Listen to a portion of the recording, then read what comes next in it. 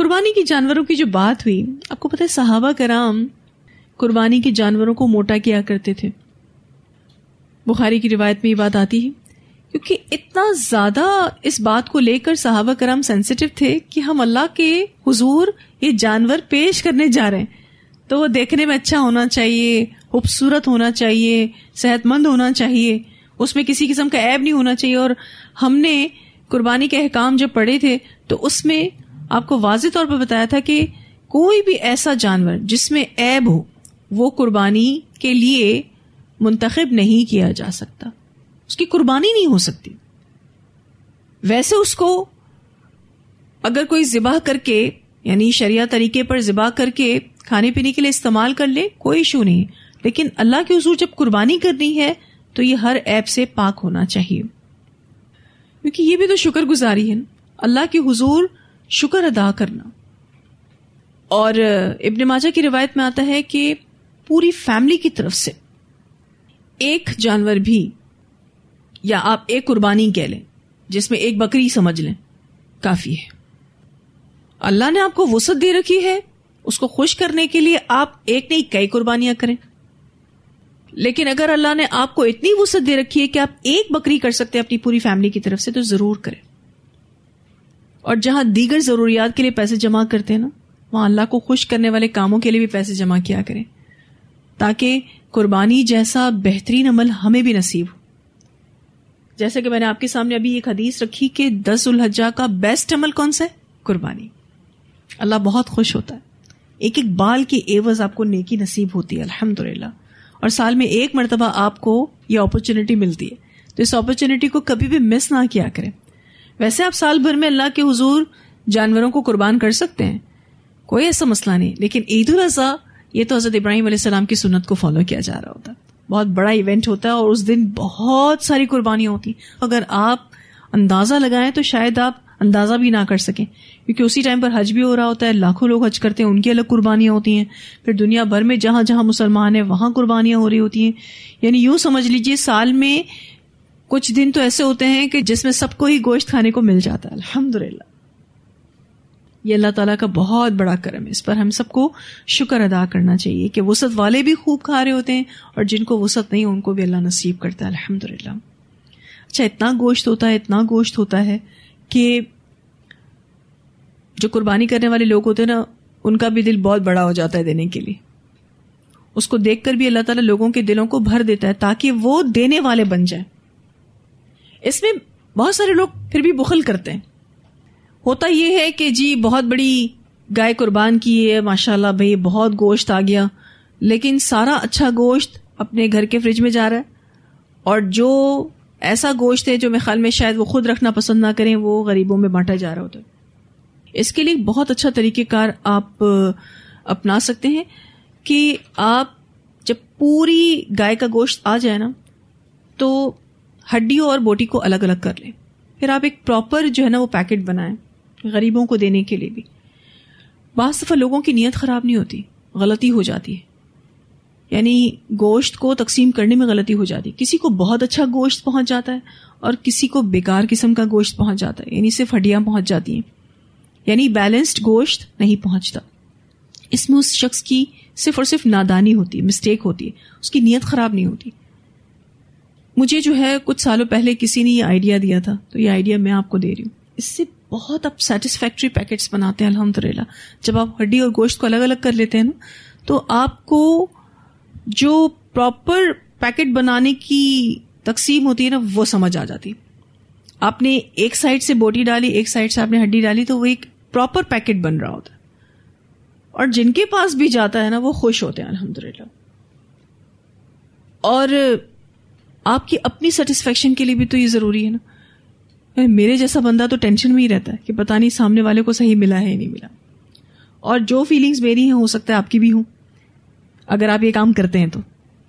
کیونکہ مجھ سے یہ کام ہوتا نہیں تھا، میں پریشان ہی رہتی تھی اور سارا دن ٹینشن میں ہی رہتی تھی، پتہ نہیں اس کو صحیح گوشت پہنچا ہے نہیں پہنچا، اس کو صحیح گوشت پہنچا ہے نہیں پہنچا، بس اسی ٹینشن میں ہی سارا دن گزرتا تھا. پھر مجھے کسی نے کہا آپ ایسے کر لیا کریں، اور جب سے میں نے اس طرح سے کیا الحمدللہ میں خود بھی سیٹسفائیڈ رہتی ہوں کہ الحمدللہ سب کو گوشت پہنچ گیا، اللہ کا شکر ہے. اور بعض دفعہ ایسا ہوتا ہے آپ کچھ اور بھی قربانیاں کر رہے ہوتے ہیں جو کہ صرف اور صرف تقسیم کے لیے ہوتی ہیں، اس میں حصے بن رہے ہوتے ہیں، تو وہ فرسٹ ڈے ہم لوگ نہیں کرتے، پھر اس کو سیکنڈ ڈے یا تھرڈ ڈے یا فورتھ ڈے کر لیتے ہیں. اس سے کیا ہوتا ہے کہ جو کسائی ہوتا ہے نا، اس کے پاس بھی ٹائم ہوتا ہے کہ آپ کے کہنے کے مطابق وہ باقاعدہ پراپر حصے بنا کے دیتا ہے، کیونکہ جو حصے کسائی بناتا ہے نا تو آپ اور میں بھی نہیں بنا سکتے. کیونکہ گائے کے اگر 7 حصے کرنے ہیں اور 7 حصے پراپر 7 حصے کرنے تو وہ صرف اور صرف کسائی کر سکتا ہے، وہ میں اور آپ نہیں کر سکتے، کیونکہ اس کو ہر گوشت کا پتا ہے کہ کس میں کتنا کیا حصہ ڈلے گا، تو وہ ایک پراپر حصہ بنے گا. تو الحمدللہ اس اعتبار سے بھی کچھ کوشش ہماری ہوتی ہے، تو اس میں بڑا فائدہ ہو جاتا ہے کہ سب کو اچھے سے گوشت مل جاتا ہے. الحمدللہ اللہ سبحانہ تعالیٰ نے الحمدللہ میں اتنا بہترین نیک عمل عطا کیا ہے، تو ہماری بھی کوشش کیا ہونی چاہیے کہ ہم بھی اس کو بہتر سے بہتر کریں انشاءاللہ تعالیٰ. نیکسٹ جب بھی اب عید الاضحیٰ آئے گی تو اس بات کا پورا خیال رکھنا ہے آپ نے کہ گوشت کو بہت اچھے سے بانٹنا ہے. اور میں نے تو یہ دیکھا ہے کہ جو لوگ بھی دل سے بانٹتے ہیں وہ سارا سال کھاتے ہیں، اور جو بخل کرتے ہیں نا، ہو سکتا ہے کہ ٹیمپریری وہ اپنا کچھ فائدہ اکٹھا کر لیں، لیکن دل کو سکون نہیں ملتا. دل کو سکون ملتا ہے شیئر کر کے، کیونکہ شیئرنگ از کیئرنگ. جب آپ شیئر کرتے ہیں تو آپ ڈیفینیٹلی کیئر کر رہے ہیں. اور پھر یہ کہ آپ کو اس دن تھکن بھی نہیں لگتی، حالانکہ بڑا تھکا دینے والا عمل ہے، لیکن جب آپ اللہ کے کہنے کے مطابق بانٹتے ہیں نا. صحابہ کرام ایسے ہی کیا کرتے تھے. اچھا، صحابہ کرام 3 پورشنز بنا لیتے تھے ٹوٹل گوشت کے. ایک ان کا اپنے گھر والوں کے لیے ہوتا تھا، ایک رشتہ داروں کے لیے ہوتا تھا، اور ایک مساکین کے لیے ہوتا تھا. اور کتنے صحابہ کرام تو پورا کا پورا بانٹ دیتے تھے. آج بھی ایسے بہت سارے لوگ ہیں جو سارا کا سارا گوشت بانٹ دیتے ہیں. وہ کہتے ہیں ہمیں تو پورا سال گوشت کھانے کو ملتا ہے، اس لیے ہمیں ضرورت نہیں ہے. الحمدللہ، تو ٹھیک ہے، بہت اچھی بات ہے، لیکن ان سے بھی بعض دفعہ تقسیم میں غلطی ہو جاتی ہے. حالانکہ انہوں نے تو بیچاروں نے پورا بانٹ دیا، لیکن مسٹیک ہو جاتی ہے صحیح طریقہ کار نہ ہونے کی وجہ سے. ٹھیک ہے، تو لعلکم تشکرون میں صحیح طور پر بانٹنا بھی آئے گا، کیونکہ شکر گزاری ہے نا. اللہ نے آپ کو اتنی وسعت دی ہے کہ آپ جانور لے کر آئیں. ماشاءاللہ کتنے ایسے لوگ ہیں کہ جن کو یہ خوشی نصیب نہیں ہوتی. آپ کو پتا ہے جن گھروں میں قربانی نہیں ہوتی نا، ان گھر کے بچوں کا ذرا حال دیکھا کریں. اتنا دل چھوٹا کر لیتے ہیں بسا اوقات کہ ہمارے گھر کا کوئی جانور نہیں آیا. وہ دیکھ رہے ہوتے ہیں کہ اس کا یہ جانور آیا، اس کا وہ جانور آیا، دوست بھی شیئر کر رہے ہوتے ہیں، لیکن پیرنٹس کی اتنی استطاعت نہیں ہوتی. تو ایسے لوگوں کو تو اور زیادہ اپنی خوشی میں شامل کرنا چاہیے، کیونکہ یہ وہ نہیں کہ آپ اس کو گھر میں تھوڑی نا چھپا کے رکھ سکتے ہیں. اس جانور کو آپ گھر میں تھوڑی نہ رکھ سکتے، وہ تو آئے گا ہی پبلکلی. کچھ نیکیاں پبلک ہو جاتی ہیں نا، اس کا کچھ نہیں کر سکتے. اس میں اگر کوئی بچہ اتنا دل چھوٹا کر رہا ہو تو اس کو یہ کہہ دینے سے کوئی فرق نہیں پڑتا، بیٹا یہ آپ کا بھی جانور ہے، کیا ہو گیا، آپ کا بھی ہے یہ جانور. لیکن ہم تو اب اس قربانی کے عمل میں بھی ریاکاری کو شامل ہوتا دیکھتے ہیں، دکھاوے کو شامل ہوتا دیکھتے ہیں. بس اللہ تعالیٰ ہماری نیکیوں کو منافقت سے اور ریاکاری سے بچائے، کیونکہ یہ بڑی ہی خطرناک چیز ہے. یہ ایسا وائرس ہے جو آپ کی نیکیوں کو چٹ کر جاتا ہے. اور پھر شکر گزاری تو کہیں دور ہی رہ گئی، ناشکری ہو گئی، بلکہ نافرمانی ہو گئی بلکہ. ٹھیک ہے، اللہ تعالیٰ فرماتے ہیں لن ینال اللہ، ہرگز نہیں پہنچتا اللہ کو، لحومها ان کا گوشت، ولا دماؤها اور ان کے خون، ولیکن اور لیکن، ینالہ التقوی پہنچتا ہے اس کو تقوی، منکم تم میں سے. اللہ تعالیٰ کو تو نہ گوشت پہنچتا ہے نہ خون پہنچتا ہے. ایکچولی مشرکین کی یہ عادت تھی کہ جب وہ بتوں کے نام پر جانور قربان کرتے تھے تو اس کا گوشت اور خون بتوں پر لگاتے تھے، اور جب اللہ کے نام پر قربانی کرتے تھے تو کعبہ کی دیواروں پر خون لگاتے تھے، گوشت لگاتے تھے. اس لیے اللہ تعالیٰ نے بتایا کہ نہ تو اللہ کو ان جانوروں کا گوشت پہنچتا ہے نہ خون پہنچتا ہے. بس اللہ تعالیٰ کو جو چیز پہنچتی ہے وہ یہ کہ کس نے کس نیت، خلوص اور محبت کے ساتھ قربانی کی ہے. وَلَٰكِن يَنَالُهُ التَّقْوَىٰ مِنكُمْ. اور ویسے بھی اللہ تعالیٰ ظاہری چیزوں کو نہیں دیکھتے. اللہ سبحانہ تعالیٰ تو دل میں جو نیت ہے اس کو دیکھتے ہیں. چلے یہاں تو بات ہو رہی ہے اس عمل کی جو سال میں آپ ایک بار کرتے ہیں، قربانی کا عمل ہے نا.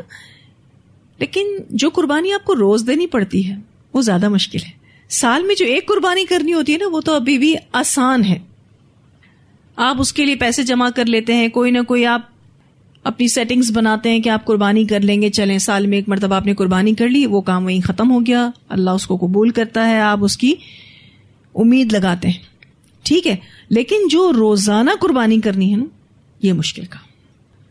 ذمہ داریوں کو نبھانا، اللہ سبحانہ تعالیٰ کی فرما برداری میں زندگی گزارنا، ڈیلی بیسس پر جو آپ کی کمٹمنٹس ہیں اس کو جب آپ فلفل کرتے ہیں نا یہ ڈیفیکلٹ ہے. کذالک اسی طرح سخرھا لکم، اس نے مسخر کیا ان کو تمہارے لیے، یعنی اللہ تعالیٰ نے تمہارے لیے ان چوپایوں کو مسخر کیا ہے. لتکبروا اللہ، تاکہ تم بڑائی بیان کرو اللہ کی. مراد اس سے بسم اللہ اللہ اکبر کہنا ہے. ٹھیک ہے، یعنی جو آپ قربانی کرتے وقت اللہ کا نام لیتے ہیں نا، بسم اللہ کہتے ہیں، اور کیا کہتے ہیں ساتھ میں؟ اللہ اکبر. علی ما ہداکم، اوپر اس کے جو اس نے ہدایت دی تم کو، سکھایا بھی اسی نہیں ہے کہ کیسے قربانی کرنی ہے. وبشر المحسنین، اور خوشخبری دے دو احسان کرنے والوں کو. اب یہاں پر محسن کس کو کہا جا رہا ہے؟ خاص الخاص معنی تو یہی ہے کہ جو جانوروں کو ذبح کر کے خود بھی کھائیں اور اوروں کو بھی کھلائیں. اور محسن ہر اس شخص کو کہا جا رہا ہے جو روزانہ کے بیسس پر اپنی ذمہ داریوں کو ادا کرنے والا ہے، اللہ سبحانہ تعالیٰ کی فرما برداری کرنے والا ہے، جو دین کے راستے میں قربانیاں ڈیلی بیسس پر کرتا ہے یا آن اینڈ آف کرتا ہی رہتا ہے. اللہ سبحانہ تعالیٰ فرماتے ہیں وبشر المحسنین. اس سے پہلے کن کی بات آئی؟ مخبتین کی بات آئی. ایسا لگتا ہے کہ جو مخبت ہوتا ہے وہ آگے چل کے کیا بنتا ہے؟ محسن بنتا ہے. اور اللہ سبحانہ تعالیٰ تو محسنین سے بڑی ہی محبت کرتے ہیں. ہم قرآن پاک میں پیچھے پڑھ چکے ہیں واللہ یحب المحسنین، اللہ محسنین سے بہت زیادہ محبت کرتے ہیں. تو یہاں الحمدللہ ہمارا یہ لیسن مکمل ہوا. اتنی آیات کی تلاوت سنتے ہیں.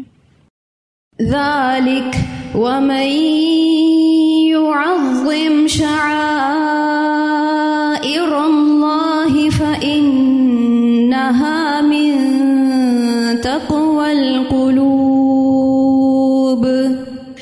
لکم فیہا منافع إلی أجل مسمى ثم محلها إلى البيت العتيق ولكل أمة جعلنا منسكا ليذكروا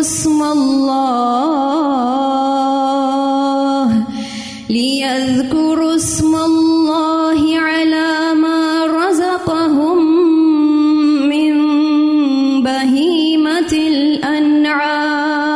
الأنعام فإلهكم إله واحد فله أسلموا وبشر المخبتين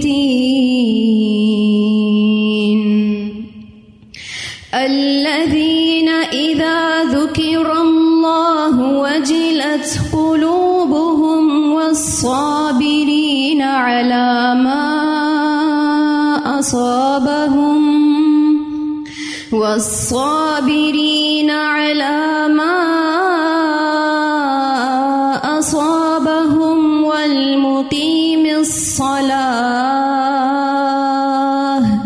والمقيم الصلاة ومما رزقناهم ينفقون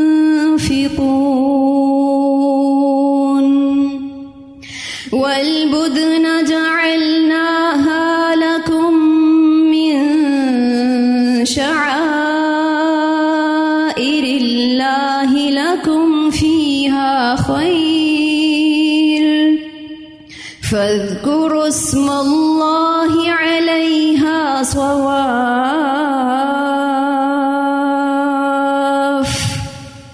فإذا وجبت جنوبها فكلوا منها وأطعموا القانع والمعتر كذلك سخرناها لكم لعلكم تشكرون لن ينال الله لحومها ولا دماؤها ولكن يناله التقوى منكم كذلك سخرها لكم لتكبروا الله على ما هداكم وبشر المحسنين. ہم سب نے بھی اپنا جائزہ لینا ہے کہ ہم روزمرہ اپنے معمول کی زندگی میں اللہ سبحانہ تعالیٰ کی نافرمانی سے کتنا ڈرتے ہیں، پہلی بات تو. اور دوسرا یہ کہ اگر ہمیں سیکریفائزز کرنی پڑتی ہیں تو کتنا دل سے، کتنے خلوص کے ساتھ، کتنی محبت کے ساتھ وہ سیکریفائز کرتے ہیں، اور کتنا ہم ان سیکریفائزز کو کرنے کے بعد دوبارہ سیکریفائز کرنے میں راضی ہوتے ہیں، کیونکہ اللہ سبحانہ تعالیٰ کو سیکریفائزز پہنچتی ہیں الحمدللہ. اور اللہ تعالیٰ تو بہترین قدردان ہے. جو بھی ہم قربانیاں کرتے ہیں اللہ سبحانہ تعالیٰ ہمیں اس کا بہترین اجر عطا فرمائے گا. بس بات اتنی سی ہے کہ ہمیں محسن بننا ہے.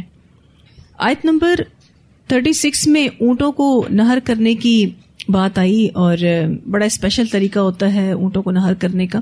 آپ کو پتہ ہے نبی اکرم صلی اللہ علیہ وسلم نے جب حج کیا تھا تو آپ نے 100 اونٹ ذبح کرنے کے لیے منگوائے تھے، اور خود آپ صلی اللہ علیہ وسلم نے 63 اونٹ نہر کیے. آج اگر کوئی 1-2 اونٹ نہر کرتا نا تو تھک جاتا ہے.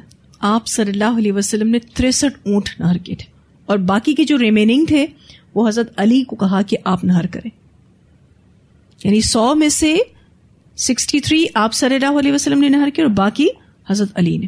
یعنی آپ صلی اللہ علیہ وسلم نے حضرت علی کو بھی اپنی قربانی میں شامل کر لیا. اور یہ ساری بات مسلم کی روایت میں آتی ہے. پھر نبی اکرم صلی اللہ علیہ وسلم نے حکم دیا کہ جتنے بھی اونٹ ہم نے نہر کیے ہیں اس میں سے ایک ایک بوٹی لے لی جائے. پھر اس کو پکایا گیا تھا اور پھر اس کو کھایا گیا تھا اور اس کا شوربہ بھی پیا تھا آپ صلی اللہ علیہ وسلم نے. یعنی سارے اونٹوں سے ایک ایک بوٹی لی تھی بس. تو 100 بوٹیاں جمع ہو گئی نا, تو سب نے پھر اس کو بھی شیئر کیا تھا. میں سوچ رہی تھی کتنا ہینڈ پاور تھا رسول اللہ صلی اللہ علیہ وسلم کا, کمال کی طاقت تھی ماشاء اللہ. ٹھیک ہے جی, تو یہاں الحمدللہ ہمارا لیسن مکمل ہوا. واضح ہے ساری آیات؟ ٹھیک ہے جی, الحمدللہ. وآخر دعوانا الحمدللہ رب العالمین. سبحانک اللہم و بحمدک نشہد ان لا الہ الا انت نستغفرک و نتوب الیک.